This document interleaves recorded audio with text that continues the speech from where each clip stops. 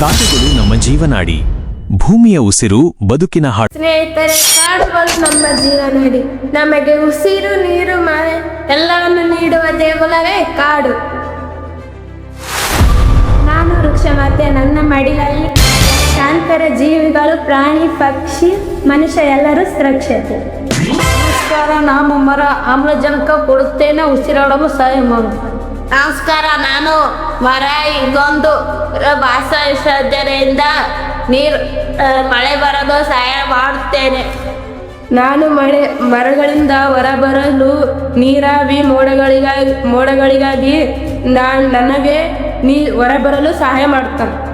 ನಮಸ್ಕಾರ, ನಾನು ನದಿ. ಅರಣ್ಯವಿದ್ದರೆ ನಾನು ತುಂಬಿದ ನದಿ ಆಗುತ್ತೇನೆ, ಅರಣ್ಯ ಇಲ್ಲದೆ ಬತ್ತಿದ ಹಳ್ಳವಾಗುತ್ತೇನೆ. ಅದಕ್ಕೆ ಕಾಡುಗಳನ್ನು ಮಳೆಯನ್ನು ಕರೆಯುವ ಜೀವನ ಎನ್ನುತ್ತಾರೆ ಅಲ್ವಾ? ನಾನು ಮರ ಕಡಿಯುವವನು. ಇವೆಲ್ಲ ಗಿಡಗಳನ್ನು ಕಡಿದರೆ ನನಗೆ ಹೆಚ್ಚು ದುಡ್ಡು ಸಿಗುತ್ತದೆ, ಬೇಗ ಶ್ರೀಮಂತನಾಗುತ್ತೇನೆ. ನಿಲ್ಲು, ನನ್ನನ್ನು ಕಡಿಯಬೇಡ, ನಾನು ನಿನಗೆ ಹಣ್ಣನ್ನು ಕೊಡುತ್ತೇನೆ.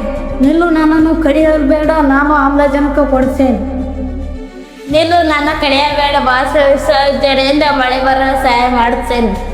ನಾನು ಭವ್ಯಸಾಯಿ, ನೀನು ಬೇಗ ಶ್ರೀಮಂತ ಮಾಡಬಹುದು. ಇಂದು ನನ್ನ ಮಕ್ಕಳನ್ನು ಕಡಿದರೆ ಪಕ್ಷಿದ ಸಾಲು. ನಾವು ಮರಗಳನ್ನು ಕಡಿಯುವುದರಿಂದ ಫಲಿತಾಂಶ ಇಂದು ಯಥೇಚ್ಛವಾಗಿ ಆಮ್ಲಜನಕವನ್ನು ಹಣ ಕೊಟ್ಟು ಖರೀದಿಸಬೇಕಾಗಿದೆ.